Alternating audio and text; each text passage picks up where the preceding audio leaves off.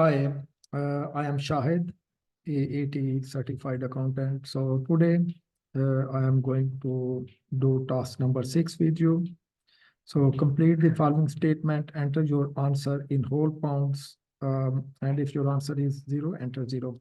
So the task number 1, 2, 3, 4, 5. You can see my channel. I have already recorded the videos. Regarding this task, if you have any question later on, you can put on a comment or send me an email. I will try my best to answer you. So let's start.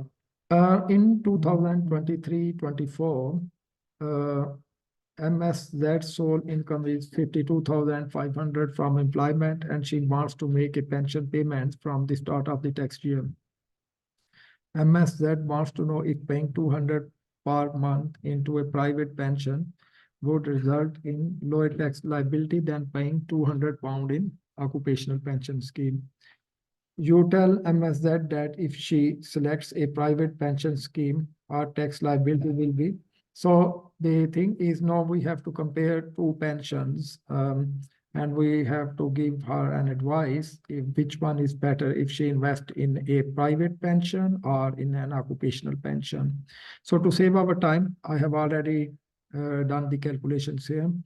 If you see, if she invests in a occupational pension scheme, £200, so the contribution to occupational pension scheme will be £2,400. So employment income after pension will be 50,100. So 52,500 minus 2,400 equal to 50,100. So we will write it under here, non-savings income, 50,100. Because the income is more than 37,700, MSZ is a higher earner. Yeah. So because the total taxable income, net income is less than 100,000, so full personal allowance is available, £12,570. So 50,100 minus 12,570 is equal to 37,530. So 37,530 at 20% is equal to 7,506. So MSZ need to pay 7,506 pound tax. Let's see the same scenario, but if she invests in a private pension instead of an occupational pension. So here, if you see, if she invests in a private pension, so what will happen is, the first thing is we need to gross it up. This £2,400, we need to gross it up. So it will become £3,000. So the adjusted net income will be 52,500 minus 3,000 will equal to 49,500. Because adjusted net income is less than 100,000, full personal allowance is available, 12,570. So 52,500 minus 12,570 is equal to 39,930. But when someone invests in a private pension, so there is one more thing that we need to do is we need to increase the basic rate band as well. So if you see my previous videos, if I have different scenarios where someone has a higher income or additional income, then we need to increase the high rate band as well. Yeah. So in this case, because MSZ is a basic rate, so just we need to increase the basic rate band. Yeah. So basic rate band will increase by 37,700 plus 3,000 is equal to 40,700. Yeah. So up to 40,700, whatever she earns will be taxed at 20%. So here 39,930 at 20% is equal to 7,986. So if you see here, the total tax she needs to pay in this scenario was 7,506, and this scenario is 7,986. So the difference is 7,986 minus 7,506 is 480 pounds. Yeah. So let's go back and we will write it here, 480 pound more if she selects to pay into an occupational pension scheme. So the best one for her to invest in is a private pension. The other one is MSQ, a high rate taxpayer was provided with a company car for the whole of 23-24. The cost of the car used in benefit in kind was 36,200 and the taxable benefit kind is 7,964. The diesel engine of the car does not meet the RDE2 standards. MSQ wants to know how much tax she could have saved if she had been provided with a car with a petrol engine instead of a diesel engine. Assuming all other details remain the same, you tell MSQ that she could have saved 579. So let's see the calculation. So before, the benefit in kind is 7,964. Benefit before. So benefit in kind is, we need to find in percentage. Yeah? So its percentage is 7,964. 7,964 divided by the cost of the car was 36,200. So it means the CO2 level was 22%. We know that because if the car does not meet RDE2 standard, according to the tables that was provided by HMRC, and in your exam day, you will have on your reference material on the right side. So you will see that it's 4% more. So it means that if MSQ shifts from diesel engine to petrol car, the CO2 level will be 18%, so 4% less. So it means it should have to be 18%. So if it is 18%, this 18% we need to multiply by with the cost of the car, that is 36,200. So cost was 36,200. So if what we do is 36,200 multiplied by 18%. So it will be 6,516. So before so this will be the new benefit in kind for petrol. I will write it here, petrol. Yeah. So before benefit in kind for diesel. Yeah. Okay, so 6,516. The difference between 7,964 and 6,516 is equal to 1,448.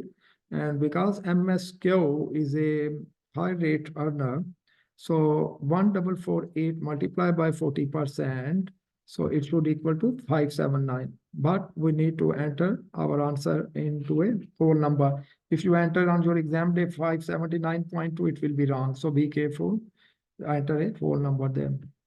The next one is Mr. X, a high rate taxpayer, has inherited 50,000 pounds. He currently has no investment income and he wants to invest the money in the most tax efficient way. So the word is most tax efficient way. Mr. X has looked into different investment options and has decided that he does not want to invest in shares. Mr. X wants to know how much tax he will pay if he decides to invest all the money with local building society in the most tax efficient way. All investment with the building society make an annual return of 2%. You tell Mr. X that his tax liability on the investment would be 40. So we will see how this comes now. So the total amount inherited is 50,000. So 20,000, because the most tax efficient way is every year someone can invest up to 20,000 pound in ISA. It's tax free. So the amount left is 30,000 pound and the interest rate is 2%. So 2% of 30,000 is equal to 600. And the allowance, because Mr. X is a high rate earner, so the allowance for high rate is just 500 pound. Yeah. If it's the basic rate, then there is a 1,000 pound, but for high earner, it is 500 pound. So 600 minus 500 equal to 100. Yeah. So because Mr. X is a higher rate earner, so tax will be taxed at 40%. So 40% of that one will be 40. So the answer comes 40 here. Yeah. Next one, Mr. B has been offered a loan from her employer of 12,000. So we know that the loan up to 10,000 is tax-free. Any loan above 10,000 pound is not tax-free, need to pay a tax at the official rate of interest. And the official rate of interest is 2.25%. Okay, this is the only loan she has had from her employer. The terms of the loan are that she does not need to pay the loan back for 5 years and she needs to pay no interest. If she did not pay an interest, then she needs to pay official rate of interest. Mrs. B is worried that this loan will have taxation implication. Okay, so the 2.25% loan, the interest rate she needs to pay. So every year it change, you have to be careful and check your reference material for AAT when answer this question in exam. Now we are going to task number 6, same task, but assessment number 2. Identify the effect of Mrs. E income tax liability for 23-24 if she had made each of the following changes. Assume that the change is only change made to the details above. Mrs. E placed some of her money from the building society account to ISA. The interest received from both accounts would be the same. So what will happen is when someone invests from building society account to ISA, the tax will come down. Yeah, so decrease, tax will decrease. Mrs. E sold her shares. There is no implication for tax purposes. Mrs. E increased the loan from her employer. Yeah, when someone get a more loan, up to 10,000 pound is a tax free. Anything more, then it will increase the tax. Yeah, so increase. Mrs. E paid 1% interest on the loan from her employer. It does not have any effect. Yeah. Let's move to the task number 6, assessment number 2. Dr. Yu has total income of 110,320 for 23-24. He currently pays 300 pounds per month into a private pension. He wants to know how much more he needs to pay into his private pension scheme for 23-24 in order to protect his personal loans. This is my favorite question.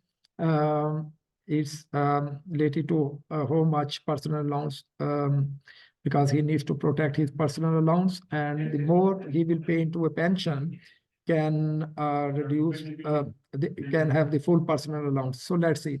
So total income is 110320. Pension is 3,600.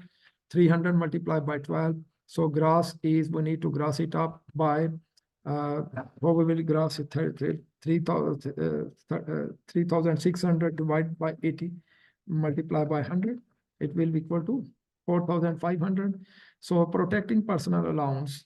So the first we need to do the adjusted net income. So 110320 minus 105820. Yeah. So the answer A is 5820. Yeah. So the personal allowance, we know that every year is 12,570. So in this case, the left is 9,660 because personal allowance reduced by half if it is more than, the income is more than 100,000. So the personal allowance left will be 9,660. Now the question is how much need to invest in a pension? So the answer is 5820 divided by 80, divided by 100, multiplied by 80, 4656. Yeah. Yeah. Okay. The next one is,